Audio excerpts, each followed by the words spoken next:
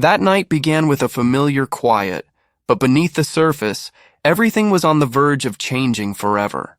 It started like any other evening, the kind where the world outside fades into a distant hum, leaving just the two of us in our shared apartment. Yet I had no idea that everything between us was about to shift in ways I couldn't have imagined. Looking back now, it feels like every moment before had been leading to that single point, the night that redefined us. Alex and I had always been inseparable. Closer than most friends, we'd met in college, bonded over late-night study sessions, and shared dreams of making it big in the city. People often joked that we were like an old married couple, finishing each other's sentences, knowing each other's quirks inside out. But we weren't the same. Not really. Alex was the outgoing one, the life of every party with his easy charm and infectious laugh. I was the quieter type, content to linger in the background, analyzing the world from a safe distance. We complemented each other perfectly, like puzzle pieces that fit without force. Our roommates had moved out months ago, leaving us with the run of the place. It was supposed to be a regular Friday night, just hanging out, ordering takeout, maybe binge-watching something mindless. But things never stayed simple when we spent too much time alone together. The air always thickened with unspoken words. The apartment felt emptier than usual that evening, the city lights flickering through the windows like distant stars. Maybe that's why the energy between us felt charged, like static electricity building before a storm. We spent most of the time in the living room, sprawled on the worn-out couch, pretending to focus on a thriller movie streaming on the TV. I say pretending because my mind was elsewhere, drifting in circles I couldn't control. And if I'm being honest, it kept wandering back to him. I'd steal glances when I thought he wasn't looking, admiring the way his dark hair fell over his forehead, the casual way he lounged with one arm draped over the back of the couch. But every time our eyes met, it felt like he'd been doing the same. He'd flash that crooked smile, the one that always made my stomach flip, and I'd force myself to look away, back to the screen. The tension built slowly, like the plot of the movie we weren't really watching, rising toward an inevitable climax. Then, out of nowhere, Alex broke the silence. "Do you ever think about how different things could have been?" His voice was low, almost tentative, not his usual confident tone. Alex wasn't one for deep philosophical questions. He lived in the moment, chasing thrills without looking back. But something in his words made me pause the movie, remote in hand. "Different how?" I asked, my voice steadier than I felt. I shifted on the couch, pulling my legs up, trying to act casual. He shrugged, staring at the paused screen instead of me. "I don't know, like if we'd met under different circumstances, or if we'd, I don't know, taken different paths." There it was, that electric charge in the air, stronger now, making the room feel smaller. My heart picked up speed, though I couldn't pinpoint why. Or maybe I could, but admitting it felt too dangerous. I kept my response light, probing without committing. "What do you mean by that exactly?" Alex didn't answer immediately. He stood up, stretching his arms above his head, his shirt riding up just enough to reveal a sliver of skin. "Gonna grab a drink. Want one?" he muttered, already heading to the kitchen. I watched him go, a tangle of anticipation and confusion knotting in my chest. When he returned, he had 2 cold beers from the fridge. Without a word, he handed one to me and sat back down, closer this time. Our thighs nearly brushed, and I felt a warmth radiate from him that had nothing to do with the room's temperature. I twisted off the cap and took a sip, the bitter fizz grounding me momentarily. But it didn't last. Alex was the one to speak again. "We never really talk about the deep stuff, you know? Not like we used to back in college." I nodded, staring at the label on my bottle. He was right. We'd always been close, sharing secrets, venting about bad dates, celebrating wins big and small. But lately, there were topics we skirted around, invisible barriers we'd built without realizing, and now those barriers felt like they were crumbling, forcing us to face what lay beneath. "What stuff?" I asked, feigning ignorance. Maybe if I didn't name it, it wouldn't solidify into something real. He let out a short, humorless laugh. Come on, man. You know what I mean? His eyes met mine briefly, then darted away. I didn't respond. Instead, I took another long pull from my beer, hoping the alcohol would dull the edges of whatever this was. But it only amplified it, making my thoughts louder, my awareness of him sharper. Alex turned toward me fully now, his knee bumping mine as he shifted. His eyes searched my face, looking for an answer I wasn't sure I had. "It doesn't have to be weird, you know," he said softly, his voice laced with something vulnerable. I swallowed hard, my mouth dry despite the drink. "What doesn't?" He gestured vaguely between us. "This, whatever this is." And just like that, it was out in the open. The unspoken pull we'd both felt for months, maybe years. A flood of emotions crashed over me, fear of ruining our friendship, confusion about what it all meant, and an undercurrent of excitement that scared me most of all. I didn't know how to reply. My mind raced, searching for words that wouldn't shatter everything. Alex didn't push. He just leaned back, nursing his beer, that crooked smile returning as if voicing it had lifted a weight from him. But for me, it only added more. The night dragged on from there, the tension weaving itself into every interaction. We didn't dive straight into it. Instead, we talked about everything else, circling the elephant in the room like predators wary of their prey. We reminisced about our college days, the all-nighters cramming for exams, the disastrous road trip where our car broke down in the middle of nowhere, the inside jokes that still made us laugh until our sides hurt. It felt nostalgic, comforting even, but underneath it all was that inevitable pull, drawing us closer. As the hours ticked by, the movie long forgotten, I glanced at the clock. It was past midnight, and the weight of the unspoken was becoming unbearable. "Maybe we should call it a night," I suggested, standing up to stretch. Sleep seemed like an escape, a way to reset and pretend this intensity was just a product of fatigue and beer. Alex nodded, but as I headed toward my bedroom, he followed, lingering in the doorway. "Hey, mind if I crash in here tonight? The couch is killing my back lately." His tone was casual, but his eyes held something else, a plea maybe, or a challenge. We'd shared spaces before, crashed on each other's floors after parties, even bunked together on trips when hotel rooms were short. But this felt different. "Yeah, sure," I said, aiming for nonchalance. My heart raced as he grabbed a pillow from the hall closet and tossed it onto my bed. At first, I tried to convince myself it was no big deal. We changed into sleep clothes, me in an old t-shirt and shorts, him in boxers and nothing else, and climbed under the covers. The bed wasn't huge, a queen that suddenly felt too small. We lay there in the dark, the city sounds filtering in through the cracked window. Distant sirens, the hum of traffic, the occasional laughter from passers-by below. The silence stretched, broken only by our breathing. I was hyper-aware of him, the warmth from his body, the faint scent of his cologne mixed with the beer we'd shared. Every shift of the mattress sent my thoughts spiraling back to our earlier conversation. What did he really mean by different? Was it just nostalgia or was there more? I didn't want to overthink it, but lying there inches apart, it was impossible not to. Eventually, Alex's voice pierced the quiet. "Remember those late-night talks in the dorm? We'd ramble about the dumbest shit. Superheroes, conspiracy theories, what we'd do if we won the lottery." His tone was soft, reflective, like he was reaching back for a simpler time. I smiled into the darkness. "Yeah, and we'd keep going until the RA banged on the door." "Good times," he chuckled, the sound vibrating through the bed. "I miss that. Feels like we don't connect like that anymore." There was a wistfulness there, a layer of longing that tugged at me. It wasn't just about the past. It hinted at something present, something we'd lost along the way. "Why do you think we stopped?" he asked after a pause, his whisper barely audible over the hum of the air conditioner.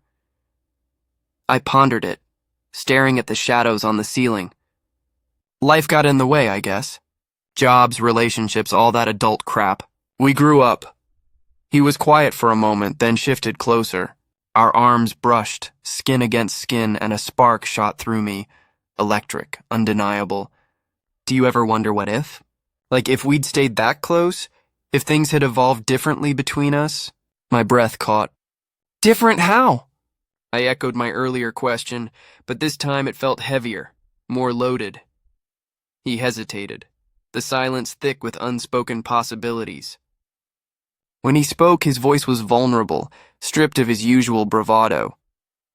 Like if we'd acknowledged this, whatever it is, sooner.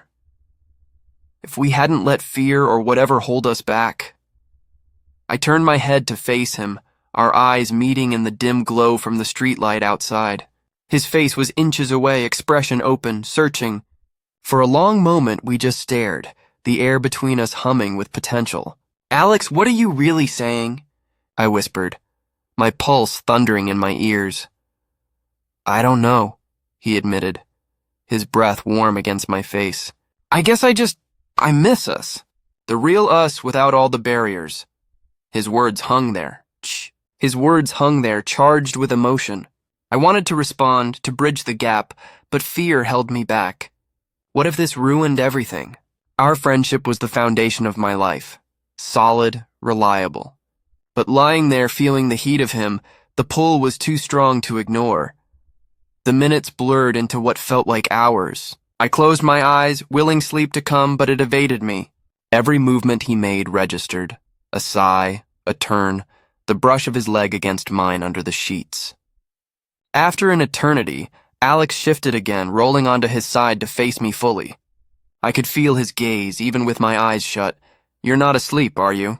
He murmured, his voice intimate in the quiet room. I opened my eyes, meeting his. No, he smiled, that crooked grin, but it was softer now, more tentative. Me neither. There was a spark in his eyes, a question unspoken but clear. In that moment, the tension that had been building all night reached its peak.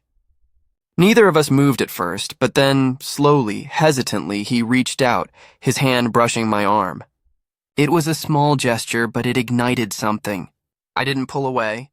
Instead, I leaned in, closing the distance, our lips meeting in a kiss that felt both shocking and inevitable. It was soft at first, exploratory, but quickly deepened as years of unspoken feelings poured out.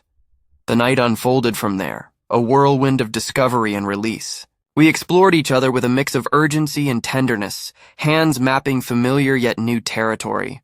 Whispers turned to gasps, the bed creaking under our movements as we gave in to the pull we'd denied for so long.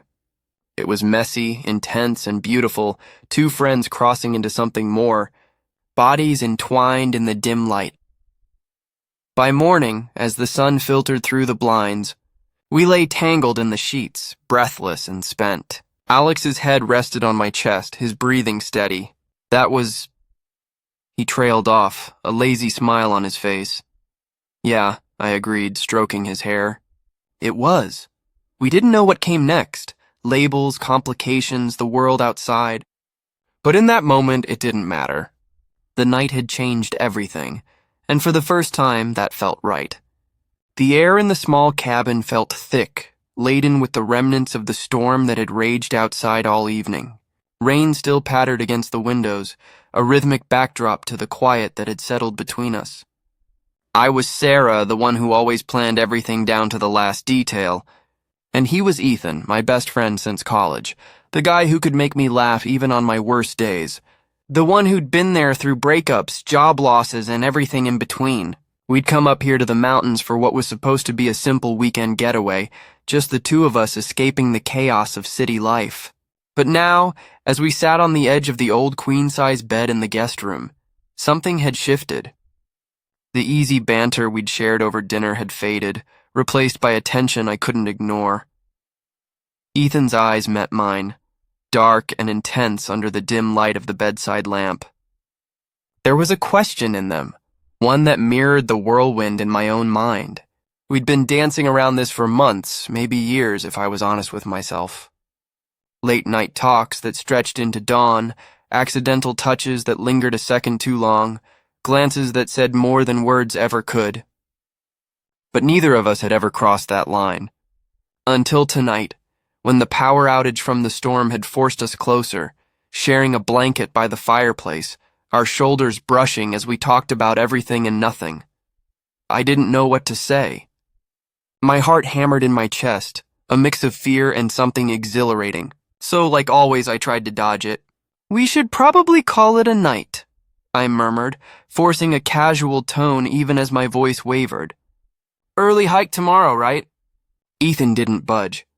His gaze held steady, unwavering. "Yeah," he replied, his voice low and soft like velvet in the quiet room. "We should." But he didn't move to turn off the light. He didn't roll over or pull away. Instead, he just stayed there, inches from me, the space between us crackling with unspoken possibilities. We lay back on the bed, side by side, staring at the ceiling beams shadowed in the faint glow. Minutes ticked by, but sleep was the last thing on my mind. I could feel the heat radiating from his body, hear the steady rhythm of his breathing. It wasn't just me imagining things anymore. I knew it in my bones, he felt it too. That magnetic pull, that invisible thread drawing us together. It terrified me, the way it upended everything I thought I knew about us. But it also ignited a spark I'd long buried, a curiosity about what could be if we just let go. The silence stretched, growing heavier, until Ethan finally spoke. "I don't want to pretend anymore, Sarah," he whispered, his words slicing through the quiet like a confession. "I don't want things to snap back to how they were." "Do you?" My breath caught. I turned my head to look at him, his profile sharp in the low light. His eyes were vulnerable, stripped of the usual easygoing charm. I searched for the right words, but they evaded me. What was the right answer? All I knew was that normal felt like a cage now, too small for whatever this was becoming. "No," I admitted finally, my voice barely audible. "I don't." That admission hung in the air, a bridge between what we'd been and what we might become. The night dragged on, each second feeling like an eternity. I could sense his restlessness matching mine, the way his fingers twitched at his side, the subtle shifts in his posture.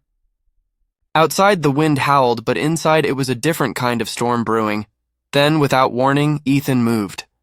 His hand brushed against mine on the mattress, light at first, as if testing the waters. I froze, my pulse thundering in my ears. It could have been an accident, but when he did it again, deliberate this time, intertwining his fingers with mine, I knew it wasn't. His touch was warm, grounding, yet it sent a shiver racing up my arm. The space between us shrank, pulled taut by an unseen force. "Sarah," he said, his voice husky, uncertain. "Do you want this, us?" I swallowed hard, my mind a tangle of doubts and desires. Part of me screamed to pull back, to preserve the friendship that meant everything to me. But the larger part, the one that had been whispering, "What if?" for so long, won out. I nodded, squeezing his hand in response. Words felt inadequate, but that small gesture was enough. He turned toward me then, fully, his free hand reaching up to trace the line of my jaw. His touch was gentle, exploratory, like he was memorizing every inch. Our eyes locked, and in that gaze I saw the mirror of my own emotions. The hesitation, the raw need, the fear of ruining what we had. But there was excitement, too, a fire that had been smoldering for ages. Slowly, giving me every opportunity to stop him, he leaned in. His breath mingled with mine, warm and inviting. I didn't pull away. Instead, I met him halfway, closing the gap. Our lips touched, soft at first, a tentative brush that sent sparks dancing through my veins. It was like unlocking a door I'd kept shut for too long. The kiss deepened, growing from hesitant to hungry. Ethan's hand slid to the nape of my neck, pulling me closer, and I responded in kind, my fingers threading through his hair. Every sensation amplified, the softness of his lips, the faint stubble grazing my skin, the way our bodies aligned as if they'd been waiting for this. It wasn't just physical. It was emotional, a release of all the pent-up feelings we'd buried under layers of friendship and denial. When we finally broke apart, gasping for air, Ethan rested his forehead against mine. "Are you sure?" he asked again, his voice rough, eyes searching mine for any sign of regret. I nodded, a smile tugging at my lips despite the whirlwind inside. "More than sure," I whispered. That was all it took. He kissed me again, this time with abandon, no barriers left. His hands explored, mapping the curves of my body with a reverence that made my heart ache. I arched into him, losing myself in the rhythm of us, the way his touch ignited every nerve, the murmurs of encouragement we exchanged in the dark. It went beyond the kiss. Clothes were shed slowly, deliberately, each layer peeling away not just fabric, but the walls we'd built. His skin against mine was electric, warm and alive. We moved together in a dance that felt both new and inevitable, guided by instinct and trust. Whispers filled the air, his name on my lips, mine on his, as we discovered each other in ways words could never capture. It was intimate, profound, a connection that wove our souls tighter than before. The world outside faded. There was only Ethan and me, hearts sinking in the quiet chaos of passion. Afterward, we lay entwined, our breath sinking as the storm outside began to wane. Sweat cooled on our skin and the room smelled of us, of shared secrets and newfound intimacy. Ethan pulled me closer, his arm wrapping around my waist, his chin resting on my shoulder. He didn't say anything at first, just held me, as if afraid I'd slip away. Finally, he broke the silence. "That was incredible," he murmured, his voice laced with awe. "But Sarah, this changes things. Everything." I turned in his arms to face him, tracing the lines of his face with my fingertips. His eyes held a vulnerability I'd rarely seen, mixed with a quiet joy. "It does," I agreed, my voice steady despite the butterflies in my stomach. "But maybe that's not a bad thing. We've been tiptoeing around this for so long, pretending it wasn't there." He nodded, a relieved smile spreading across his face. "I was scared you'd regret it, that I'd ruin us." "I don't regret a thing," I said firmly, leaning in to kiss him softly. "This feels right, like it was always leading here." We talked then in hushed tones, about the little moments that had built to this, the way he'd always been my rock during tough times, how I'd catch him looking at me with something more than friendship in his eyes. We laughed about the blind dates we'd both gone on, trying to ignore the pull toward each other. It was cathartic, laying it all bare in the afterglow. As dawn approached, exhaustion finally claimed us.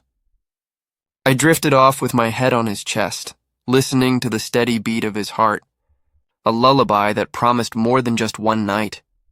Morning came too soon, sunlight filtering through the thin curtains, painting the room in golden hues. I woke first, blinking against the light, my body sore in the best way. Ethan was still asleep beside me, his features softened in repose, one arm thrown possessively over my hip. For a moment, I just watched him, marveling at how familiar yet utterly new he seemed. Memories of the night flooded back, the touches, the whispers, the way we'd finally surrendered. A flicker of uncertainty crept in. What now? Would this complicate our friendship, or was it the start of something deeper?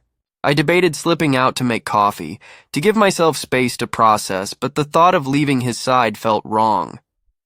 This was us now, no running. Ethan stirred, his eyes opening slowly.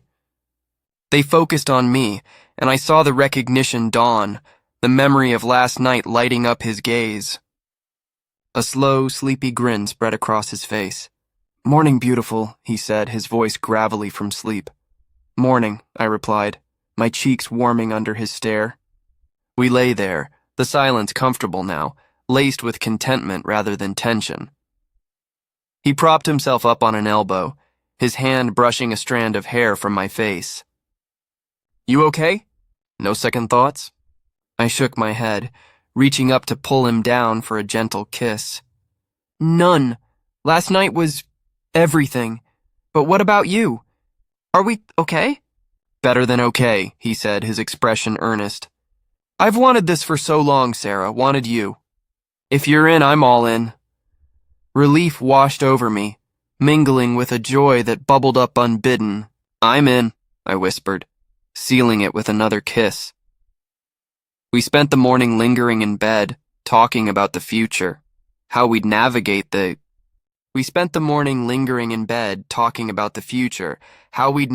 this new chapter, blending our friendship with romance. Breakfast was forgotten until hunger drove us to the kitchen, where we cooked together, stealing kisses and touches like teenagers. The weekend stretched ahead, full of promise, and for the first time, I wasn't afraid of what came next. With Ethan by my side, it felt like the beginning of something real, something lasting. There was none. He was being honest. Brutally, beautifully honest. I don't regret it either, I admitted, surprising even myself. Despite the confusion swirling in my chest like a storm, despite the uncertainty gnawing at the edges of my mind, I didn't regret what had happened between Jordan and me the night before. Not one bit. We'd crossed a line we'd never even acknowledged existed. Best friends since middle school, roommates now in this cramped college apartment, and yet, in that moment, it felt right. Inevitable, even. Jordan's smile widened slightly, that crooked grin that always made my stomach flip, and the tension in the room eased just a little. The late morning light filtered through the blinds of our shared bedroom, casting golden stripes across the rumpled sheets. He reached out, his fingers brushing a stray lock of my dark hair from my forehead in a gesture so intimate, so familiar, that my chest ached with a warmth I couldn't name. His touch lingered, calloused from years of pickup basketball games, and I leaned into it without thinking. What does this mean? I asked quietly, the question burning in the back of my mind since we'd woken up tangled together, the evidence of our impulsiveness still fresh in the air. Jordan's expression shifted, his hazel eyes darkening with thought. He propped himself up on one elbow, the muscles in his arm flexing subtly. I don't know, he admitted after a long moment, his voice low and steady. But I don't want to act like nothing's changed. His words echoed my own unspoken thoughts, bouncing off the walls of our tiny room like a confession we'd both been holding back for years. I didn't want to go back to the way things were before. Late-night gaming sessions that blurred into dawn, shared meals where we'd tease each other about crushes we never pursued, the easy camaraderie that had carried us through high school heartbreaks and family dramas. I didn't want to erase the connection we'd found in the heat of last night, fueled by too much cheap beer and the raw vulnerability of admitting how lost we both felt in this new chapter of life. But I also didn't know how to move forward from here. College was supposed to be about freedom, about exploring who we were, but this felt like stepping off a cliff. It's complicated, I whispered, my voice barely audible over the distant hum of traffic outside our second-floor window. I know, Jordan replied, his hand still resting lightly against my face, thumb tracing the line of my jaw. But we can figure it out together. There was something so simple, so honest in his words, that the weight on my chest eased just a little. His confidence was always infectious. It was what had drawn me to him in the first place, back when we were kids bonding over comic books in Elena and Marcus's backyard. Maybe we didn't need all the answers right now. Maybe it was enough that we both knew what we wanted from each other, for each other.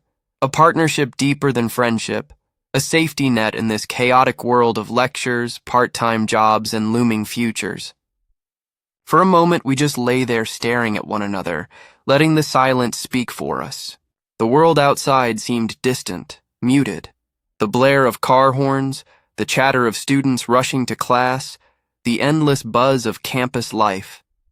For the first time in a long time, I felt like we were exactly where we were supposed to be.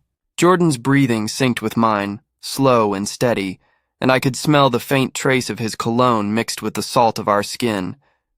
But the moment couldn't last forever. Our phones buzzed simultaneously on the nightstand, reminders that Elena and Marcus, our surrogate parents and the sweet couple who owned this apartment building, would be back from their weekend anniversary trip to the coast by evening. They'd been like family to us since high school, Elena, the warm Italian baker who'd slip us fresh cannoli during study sessions. Marcus, the retired professor who'd tutor us through calc and lit. They'd rented us this place at a steal, checking in like doting guardians. Soon, we'd have to leave this room, face the reality beyond it. The bubble of quiet intimacy would burst, and we'd slip back into our roles as the carefree roommates they knew. I guess we'll have to take it one day at a time, I said, breaking the silence with a soft laugh that masked my nerves. Jordan nodded, his eyes never leaving mine, that protective glint in them making my heart stutter. Yeah, one day at a time. It wasn't much of a plan, but it was something. It was a start. He pulled me closer, pressing a quick, reassuring kiss to my temple before we finally disentangled ourselves. Was a start. He pulled me closer, pressing a quick, reassuring kiss to my temple before we finally disentangled ourselves. As the day went on, we fell into an easy rhythm, as if nothing had changed, but everything had. We shuffled into the kitchenette, bumping hips as we made breakfast, scrambled eggs and toast, Jordan's specialty. Every look lingered a second too long. The way his gaze flicked to my lips as I licked jam off my thumb, the brush of his fingers against mine when he handed me the coffee mug. Every gesture, every small touch felt charged with a new kind of intensity, like electricity humming under our skin. We spent the morning lounging on the worn couch in the living room, binge-watching that sci-fi series we'd been obsessed with since freshman orientation. But now, instead of sprawling apart, we stayed closer.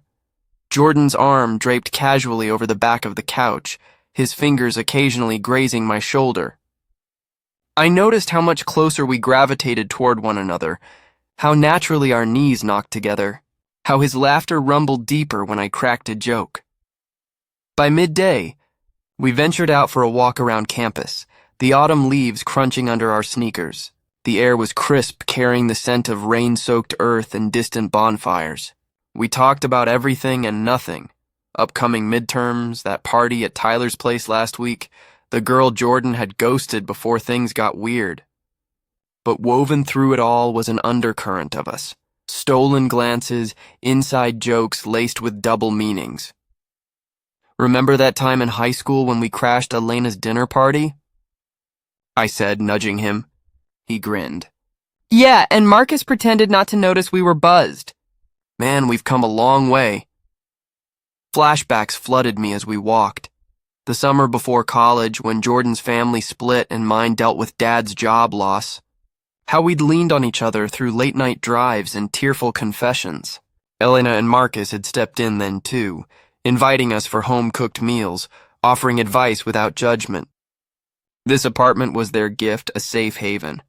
And now, we'd complicated it. Back home, we tackled chores, laundry in the basement, grocery shopping at the corner market. Jordan teased me about my artsy playlist, indie folk that made him roll his eyes, but he sang along anyway, his voice off-key and endearing. Every mundane task felt amplified, intimate. By evening, as the sun dipped low and painted the walls orange, I felt strangely at peace. The confusion and fear that had clouded my mind earlier had settled into something quieter, something more manageable. Maybe it was because Jordan had made it clear we didn't have to figure everything out immediately. We could take our time, explore this shift without the pressure of labels or timelines. We cooked dinner together, pasta with Elena's leftover marinara sauce from the fridge, garlic bread crisping in the oven. As we ate at the rickety kitchen table, our feet tangled under it, Jordan's hand found mine across the plates. "This is good," he murmured. "Us." I squeezed back, my throat tight. For the first time, the future didn't scare me. It excited me. But as the hours ticked by, a new anxiety crept in, slow and insidious. Elena and Marcus would be home soon. Their text earlier confirmed they'd arrive by 8 p.m. I couldn't shake the feeling that the real world was closing in on us. It was one thing to be alone with Jordan, to feel like we were in our own little world of whispered promises and shared secrets. It was another entirely to face the reality of what had happened, of what it meant for us going forward. Would they notice the way we looked at each other? The subtle shifts in our dynamic? They'd always been perceptive, Elena with her knowing smiles, Marcus with his quiet wisdom. When the sound of the car pulling into the parking lot below reached us through the open window, my stomach twisted into knots. The gravel crunched under tires, headlights sweeping across the ceiling. Jordan shot me a calm but serious look from across the room, where he was rinsing dishes. "You ready?" he asked, drying his hands on a towel. I wasn't sure I was, my heart hammered like I'd run a marathon, but I nodded. What else could I do? We exchanged a quick, grounding squeeze of hands before heading downstairs to greet them. The front door of the building creaked open, and the familiar sounds of Elena and Marcus's voices filled the lobby, laughing about seagulls stealing their fries on the beach, completely unaware of the seismic shift that had occurred in their absence. Jordan and I descended the stairs side by side, our shoulders brushing in silent solidarity. Whatever happened next, we'd face it together. Elena enveloped me in a hug first, her floral perfume enveloping me like a warm blanket. "Alex, look at you, surviving without us!" Marcus clapped Jordan on the back, his booming laugh echoing. "How was the weekend, boys? Any wild parties?" We exchanged a brief glance, Jordan's eyes twinkling with mischief, before launching into our rehearsed story. Studying, a low-key movie night, hitting the gym. They didn't seem to notice anything out of the ordinary. They hugged us again, asked about our classes, laughing and talking as if nothing had changed. Elena unpacked souvenirs, seashells for my art projects, a keychain for Jordan's backpack. Marcus regaled us with tales of their trip. Sunset walks, fresh seafood, rekindling their spark after 25 years, and for now, that was enough. We all piled into the kitchen upstairs, sharing takeout pizza Elena had grabbed on the way. The conversation flowed easily. Our parents told us about their romantic getaway, complete with photos on their phones, sandy beaches, candlelit dinners. It all felt so normal, too normal given everything that had happened. I kept expecting them to notice, to sense the change in the air, the way Jordan's knee pressed against mine under the table, the lingering eye contact, but they didn't. Elena chattered about recipes. Marcus quizzed us on our majors, me in fine arts, him in engineering, and that left me with a mixture of relief and unease. Was it really going to be this easy to hide what had happened? As the evening wore on, I found myself retreating into my thoughts, barely paying attention to the conversation around me. Jordan seemed more at ease, more comfortable with the charade, cracking jokes that had everyone roaring. But I could feel the weight of what had happened pressing down on me, heavy as the sketchbook in my lap where I'd absent-mindedly doodled our intertwined initials. It was getting harder to ignore. The weekend passed in a blur of normalcy laced with tension.